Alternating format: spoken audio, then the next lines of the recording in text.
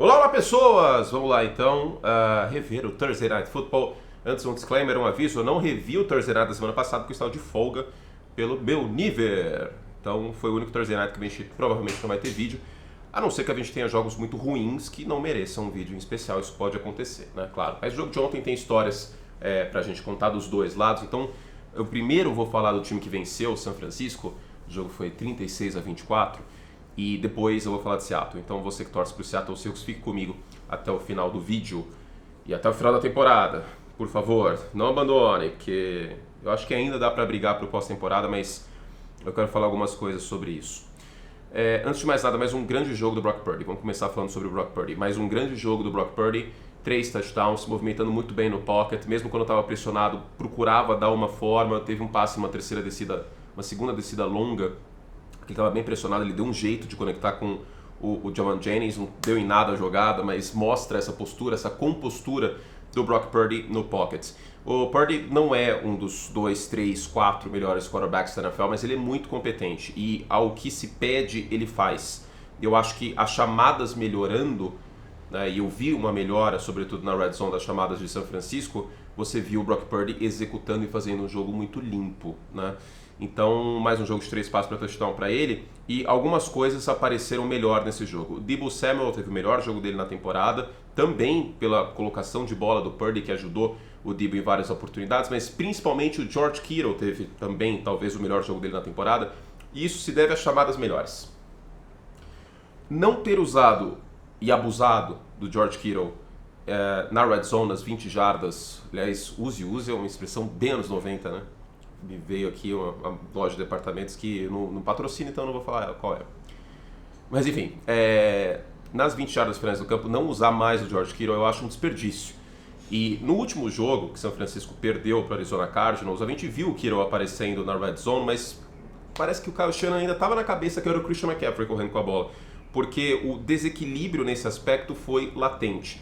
Nesse jogo, a gente viu mais o Kittle na red zone e ele teve 2 touchdowns. O primeiro, uma jogada incrível, né, arrastando o pé. O segundo, um desenho tático muito bem feito que isola o Kittle no mano a mano no meio do campo, e o Purdy encontra o seu tight end, que ainda é um grande tight end, ainda é um dos melhores na posição na NFL. Então, as chamadas do Kyle Shanahan foram melhores na red zone, depois do time ter 1 de 6 nas 20 jardas finais do campo, só um touchdown na semana passada. O jogo foi, como eu falei, 36-24, mas a impressão que passa é que foi 30-10, 30-17 no máximo, até por o que aconteceu no primeiro tempo, né? O Geno Smith bastante errático, bastante pressionado, daqui a pouco eu falo sobre isso, e aí teve um retorno do Laviska Shenault que acabou mantendo o jogo vivo no segundo tempo, mas a impressão que me passou assistindo a partida é que os 49ers tiveram no controle durante todo o jogo. E aí vem uma parte do título da manchete desse vídeo. A crise em Santa Clara é afastada. Os 49ers tinham 2-3 de campanha negativa, muitos lesionados, os dois lados da bola. O Fred Warner, que está jogando demais futebol americano esse ano, não está 100%. O Talanoa Hufanga está fora. Christian McCaffrey segue fora. Então toda hora é uma lesão diferente, né? Até kicker. Os 49ers estão com problema de lesão nesse início de temporada. O Muri machucou na semana passada. Então, perder aqui, ficar 2-4 com 3 derrotas dentro da divisão, e São Francisco enfrenta Kansas City e Dallas na sequência. Os Cowboys a gente sabe que tem aquela dominância tradicional de São Francisco nos últimos anos, mas Kansas City é o oposto, né? Nas 2 últimas vezes em playoff, em Super Bowl, que enfrentou os 49ers, o Kyle Shanahan acabou saindo derrotado no final do jogo para o Patrick Mahomes e para o Andy Reid. Então, com a defesa que Kansas City está tendo nessa temporada, por mais que o Mahomes não tenha números de Patrick Mahomes, a possibilidade era, se perdesse para Seattle, fora de casa, ficar 2-5. E aí 2-5 com 0-3 na divisão. A folga começaria a ficar bem mais longe e a divisão começaria a ficar bem mais complicada do que deveria / poderia. Isso daria um ânimo para o Seattle Seahawks depois de 2 derrotas seguidas. Não foi o caso, o São Francisco apresentou na medida do possível o melhor futebol americano possível que o time tem à disposição com quem está jogando. Eu percebi também alguns momentos no segundo tempo que me lembraram os segundos tempos contra Arizona e contra os Rams, mas dessa vez os 49ers agarraram na vitória. Principalmente porque Nick Bosa e Leonard Floyd jogaram melhor. A secundária dos 49ers é frágil, tá? Especialmente o Hufanga fora, isso solidifica esse conceito de fragilidade dessa secundária. Se o Nick Bosa e o Leonard Floyd tiverem partidas como tiveram ontem, por mais fraca que seja a linha ofensiva em potencial do Seattle Seahawks, eu acho que São Francisco pode ter segundos tempos um pouco melhores aí ao longo da temporada. Então, nesse mosaico, é a red zone melhor, é o Kittle mais bem utilizado, é o Debo aparecendo, é um grande jogo do Brock Purdy, e o jogo terrestre continua sem o McCaffrey, e claro que com o McCaffrey seria ainda melhor, mas o Mason, que saiu machucado, deu conta do recado enquanto estava jogando, e o Guerrero teve aquela corrida no final que matou a partida. Também frise-se, no contexto, a defesa terrestre de Seattle é bastante problemática, não está saudável, eu sei, mas continua sendo problemática. Vamos falar do outro lado. 2 turnovers evitáveis, vamos dizer assim, do Geno Smith. O primeiro, os dois, inclusive, em passes pressionados. O primeiro, uma bola mais alta que deveria, um erro de precisão, e o segundo, ele telegrafa o passe no meio do campo. Ele acha que ele tinha oportunidade e ele não tinha. Ele telegrafa o passe e aí vem a segunda interceptação no momento crítico da partida no segundo tempo. Essa derrota também é na conta do Geno Smith. Frise-se que a linha ofensiva não está jogando bem, a defesa terrestre faz com que o Geno e o ataque de Seattle tenham que sempre ficar buscando o resultado. Jogo terrestre inexistente, aliás, um bom trabalho do front de São Francisco, Kenneth Walker também não jogou bem. E aí a tempestade perfeita para o Geno Smith acabar tendo problemas. Ele vira uma pinhata no pocket, e vários jogos essa temporada isso está acontecendo. O jogo contra Detroit foi um pouco assim. Ele perde a precisão porque ele está atordoado, o jogo terrestre não ajuda, então são descidas óbvias de passe. E aí a cereja do bolo é uma linha ofensiva que não está jogando bem. O Forsythe, por exemplo, é um offensive tackle bastante problemático. Então, eu não acho que é só na conta do Geno Smith, mas as 2 interceptações são na conta do Geno Smith. E turnovers foram fundamentais no fluxo dessa partida.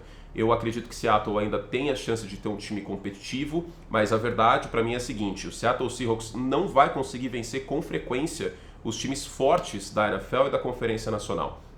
Eles vão ter uma chance muito baixa de vencer esses times. Vai ter que dar tudo absolutamente certo e eles vão ter que vencer a batalha dos turnovers, o jogo terrestre vai ter que entrar. Contra os times fracos da NFL, o Seattle Seahawks tem uma bela oportunidade de acumular vitórias. Foi assim contra New England, foi assim contra um Dolphins sem Tua, que é um time consideravelmente mais fraco, para não ter alternativa na posição de quarterback, e assim em diante. Agora, contra os grandes times, aí vai ficar complicado. O Seattle Seahawks pega o Atlanta Falcons fora de casa, vamos ver aí se o ataque de Atlanta continua um pouco perto da tendência aérea que a gente viu das 509 jardas do Cousins, e depois pega o Buffalo Bills em casa daqui uma semana e meia, 2 semanas. Esse jogo é muito importante. E o fiel da balança definitivo talvez seja contra o Los Angeles Rams na semana 9, antes da folga do Seattle Seahawks, né?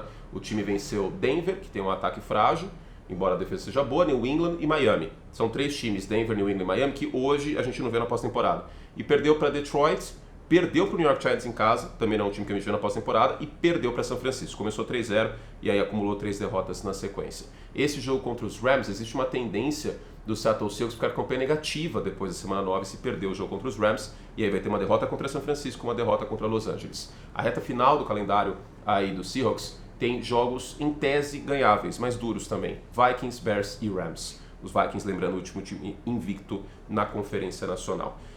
Eu acho que Seattle ainda briga por pós-temporada, mas eu não consigo apostar nisso. E São Francisco afasta a crise. Para variar, o Seattle Seahawks acaba sendo a vítima para recompor o San Francisco 49ers depois de um momento um pouco mais complicado. Foi assim, inclusive, quando o Brock Purdy estreou há 2 anos, né? Havia grandes incertezas e também no jogo de horário nobre os 49ers também com o McCaffrey, mas o Kittle aparecendo bastante e o Purdy teve uma grande atuação. Essa vitória dá um novo ânimo aí para o San Francisco 49ers e coloca o Seattle Seahawks em uma posição bem complicada aí para essa segundo mês de temporada, tá bom? Gente, fiz um vídeo sobre o Drake May, tá? Estreando no New England Patriots, você vai ver aqui do lado no final.